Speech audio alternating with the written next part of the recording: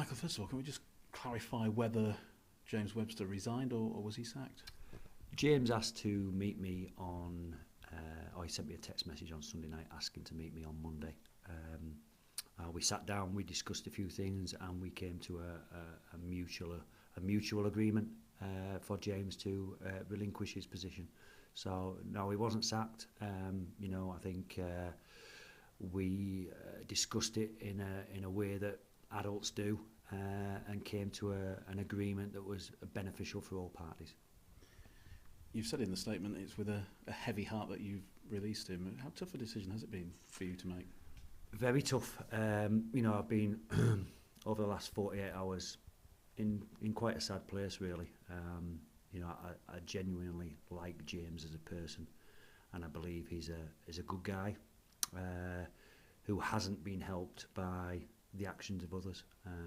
I don't put any blame at all for our predicament on James.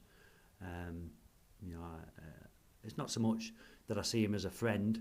It's more of an acquaintance that I get on very well with. And it's been really difficult. It's been difficult, and I wish him and his family all the best for the future. Has he been let down by the players? In my opinion, and this isn't something that I've hidden from the players this morning, I told them exactly the same thing, that I believe he has. Certain players, and again, I'm not going to name names, but I believed on Sunday when I went round the changing room that some of those players didn't really care what had just happened, and for me, that's not good enough. If we are to survive as a Super League club this year, every player in that squad and every member of the staff needs to care as much as I care that we turn this around, and that's what we've got to do. We've got to pull together.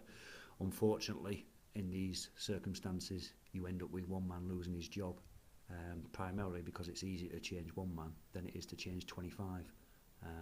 If it was the other way around, I'd probably change some players, but I've spoken to them this morning. I've given them 3 options. Either once I walked out the door, they can just have a laugh and joke about it and think things will just carry on. 2, whoever wants to leave or doesn't want to be here, come and see me and we'll sort that out. Or 3, turn around and show me what I know they're capable of, and prove me wrong, prove the fans wrong, prove the press wrong, prove the world wrong, that they're actually better than what they are showing. I believe that, and like I say, I'm not really wanting to tar all the players with the same brush, because when I looked in that changing room on Sunday, there was some players with genuine hurt there, and I'm not going to mention any names, but there was some players that were genuinely hurting.